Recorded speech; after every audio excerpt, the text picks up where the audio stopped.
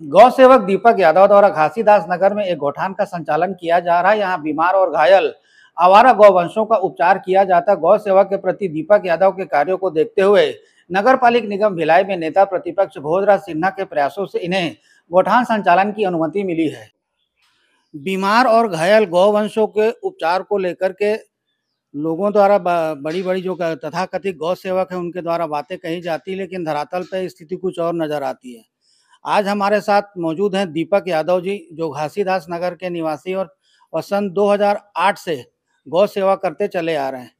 अभी 15 अगस्त से इन्हें नगर निगम भिलाई में नेता प्रतिपक्ष भोजराज सिन्हा के प्रयासों से जामुल बोगदा पुलिया के पास एक गौठान मिला हुआ है, जो पहले मणिकंचन केंद्र के नाम से जाना जाता था कांग्रेस सरकार में, तब से ये बंद था। अब इसका उपयोग घायल और बीमार गौवंशों के उपचार को लेकर के यहाँ किया जाता है। यहाँ कई सारी गौ माताओं को देखा जा सकता है। तो आइए हम दीपक यादव से जानना चाहते हैं कि किस तरह का इनका यह प्रयास है और सुविधाएं की उपलब्धता को लेकर के इन्हें किस तरह से मदद मिलती है। जी दीपक जी, जो आपके द्वारा पिछले कई वर्षों से गौ सेवा की जा रही है, लेकिन ये भी देखने को मिल रहा है जो तथाकथित गौ सेवक होते हैं सिर्फ गौ सेवा के नाम पे अपना पेट भरते हैं। बहुत से ऐसे गौ सेवक हैं जो केवल फील्ड में चिल्लाएंगे, सोशल मीडिया में चिल्लाएंगे, लेकिन धरातल में कोई आता नहीं है। अभी ये जो गौशाला है, जो मणिकंचन केंद्र के नाम से बोगदा पुलिया के पास स्थित है, यहाँ सारी व्यवस्थाएं थी, बोर है, लाइट है, सारी, लेकिन गाय नहीं थी। गाय छोड़कर कुछ नहीं थी, मतलब केवल गाय नहीं थी, बाकी सब कुछ था यहाँ पे।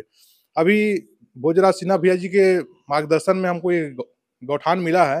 जितने घायल हैं, बीमार है, लाकर सेवा शुरू की जा रही है। आपके द्वारा पिछले कई वर्षों से गौ सेवा को किया जा रहा है। लोगों के बुलावे पर भिलाई दुर्ग में आप कहीं भी पहुंच जाते हैं, यदि आपकी उपलब्धता रहती है तो किस तरह से उपचार किया जाता है, उसके लिए संसाधन के किस तरह से आपके द्वारा जुटाए जाते हैं? जितने घायल गौवंश हैं, जो तेज रफ्तार वाहन चालक है, वो एक्सीडेंट करके रुकते भी नहीं है, भाग जाते हैं। आसपास के लोग सूचना देते हैं। तो हमारे जो गौ सेवक बंधु हैं, अपन 15-20 की संख्या में हम हैं, आपस में 500-500, 1000-1000 रुपए मिलाते हैं और जितना हो पाता है उतना गौवंश की सेवा करते हैं। अगर लोगों से हम बोलेंगे सहयोग करिए या कुछ उपचार के लिए दीजिए, तो लोग क्या सोचते हैं कि क्योंकि इतने ऐसे-ऐसे भी गौ सेवक फील्ड में घूम रहे हैं जो कमाई के नाम से, मेन उद्देश्य उनका कमाई है। उस नाम से लोग में अलग छवि निकलती है कि अरे यार, कमाने के लिए निकला है, लेकिन हमारा मेन उद्देश्य रहता है केवल गौवंश की सेवा। इसीलिए बाहर किसी से हम सहयोग नहीं लेते, आपसी 20 लोगों के सहयोग से ही गौ सेवा करते हैं। क्योंकि गौवंश में बीच में कुछ बीमारी भी देखने को मिली थी, जिसके इस बीमारी को लेकर के आपके नेतृत्व में आपकी टीम द्वारा कुछ लड्डू वगैरह तैयार किए गए थे, उन्हें घूम घूम कर सभी गौवंशों को खिलाया जाता था। किस तरह की वो बीमारी थी? वह बीमारी लंपी वायरस के नाम से थी, जो राजस्थान, हरियाणा और पंजाब से मुख्य रूप से विकसित हुई थी, जो धीरे-धीरे पूरे भारतवर्ष में और अन्य भी देशों में फैली थी, जिससे लाखों की लाखों की संख्या में गौवंश मर गई थी, जिसका कोई उपचार नहीं था। तो रिसर्च से निकला कुछ औषधियाँ, जड़ी-बूटी, जो हमारे भारत में जड़ी-बूटी है, अनेक प्रकार, हमने 12 प्रकार की जड़ी-बूटियों को मिश्रित कर सभी गौवंशों को खिलाया और उसमें रिजल्ट भी देखा। जो गौवंश लड्डू खा रहे हैं, तीसरे चौथे दिन उनका शरीर नॉर्मल होते जा रहा है और स्वस्थ भी हो रहे हैं। तो वह बीमारी फिर से पनप रही है, भिलाई में फिर देखा गया। कम से कम अभी 30 गौवंश को हमने देखा है और इसमें 5-7 की मौत हो चुकी है, जो जिसकी जानकारी देर से हमको मिली है, बाकी उपचार चल रहा है। क्योंकि दीपक जी, आप नौकरी पेशा व्यक्ति हैं और जब आप ड्यूटी टाइम पे नहीं होते तो दूर दराज के क्षेत्रों में भी जाते हैं गौवंशों की सेवा के लिए, बीमार घायल गौवंशों की सेवा के लिए।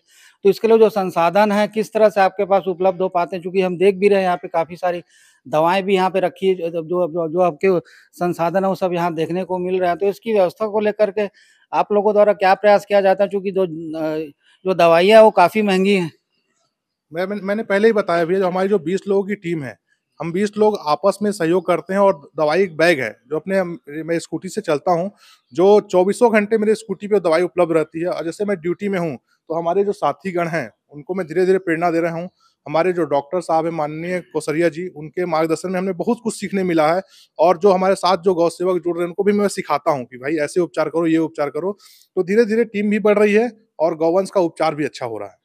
तो चूंकि आपके द्वारा हर तरह की जो जो बीमारियां गौवंशों में देखी जाती है, जो या कहें दुर्घटनाग्रस्त जो गौवंश है उसकी सेवा की जाती है, तो इसके लिए किसी तरह का कोई प्रशिक्षण लिया गया? चूंकि आप पूरी एक डॉक्टर की भांति गौ सेवा करते हैं। प्रशिक्षण तो मैंने लिया है। देवलापार स्थित गौशाला है, वहाँ पे मैंने 20 दिन का प्रशिक्षण लिया था। उसके बाद हमारे जो माननीय डॉक्टर कोसरिया जी हैं, उनके मार्गदर्शन में पिछले कई दिनों से, कई सालों से उपचार कर रहा हूँ और 2008 से मैं जो उपचार कर रहा हूँ, धीरे-धीरे अनुभव हो जाता है। बोला जाता है ना, अनुभव ही कार्य की जननी होती है। उसी प्रकार अनुभव से ही हमने कई गौवंश, लाखों गौवंश का उपचार किया है और ठीक भी किया है। चूँकि दीपक जी पिछले 15 अगस्त से इस गौठान का संचालन आपके द्वारा शुरू किया गया, तो यहाँ काफ़ी व्यवस्थाओं की मेरे को लगता है देखने से, इस जगह को देखने से लगता है कि ज़रूरत है। तो किस तरह की मदद आप चाहेंगे नगर निगम प्रशासन से? नगर निगम प्रशासन से हम यही मदद की गुहार करेंगे, जो आस-पास गंदगी है, जैसे हम तो रात में उपचार करके चले जाते हैं। रात में अगर हम आते हैं, इतने मच्छर होते हैं और इतना दिक्कतें होती है ना, जैसे लाइट लगे हुए हैं, आप देख रहे हैं लाइट लगा हुआ है, लेकिन किसी बदमाशों द्वारा बोला जाए किसी कनेक्शन काट दिया गया है। पंखा भी लगा हुआ है, जैसे पंखा चलेगा तो गौवंश को सुरक्षा मिलेगी। तो बिजली की मदद मिल जाए, पानी की भरपूर मदद है, बिजली की मदद और साफ-सफाई का। बाकी दवाई की व्यवस्था हम कर लेंगे। ये थे हमारे साथ दीपक यादव जी, जो गौ सेवा है, जो गौ सेवा करते हैं। इनके द्वारा पिछले कई वर्षों से गौ सेवा के पुनीत कार्य को अंजाम दिया जा रहा है। गौवंशों की रक्षा को लेकर के, उनके उपचार को लेकर के दीपक यादव जी के नेतृत्व में उनके सभी साथी हर वक्त यहाँ पे तैयार देखने को मिलते हैं। चूँकि अभी जो जिस तरह से इनके द्वारा ये गोठान का संचालन किया जा रहा है, इस गोठान में अभी सुविधाओं का पूरी तरह से अभाव बना है। जो पूर्व में यहाँ सुविधाएँ थी, वो सब यहाँ से गायब हो चुकी हैं। आस-पास के असामाजिक तत्वों द्वारा या तो उन्हें चोरी कर लिया गया या तो गायब हो चुकी। जिस तरह से अभी समस्याएँ भी इनके सामने देखने को मिल रही है। हालाँकि भोजराज सिन्हा जी द्वारा प्रयास किया जा रहा है गोठान को व्यवस्थित रूप से संचालन को लेकर के।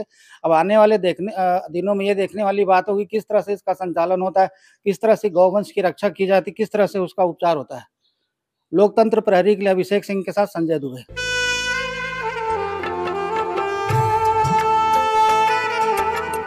लोकतंत्र प्रहरी YouTube चैनल को सब्सक्राइब करें और बेल आइकन बटन को क्लिक करें।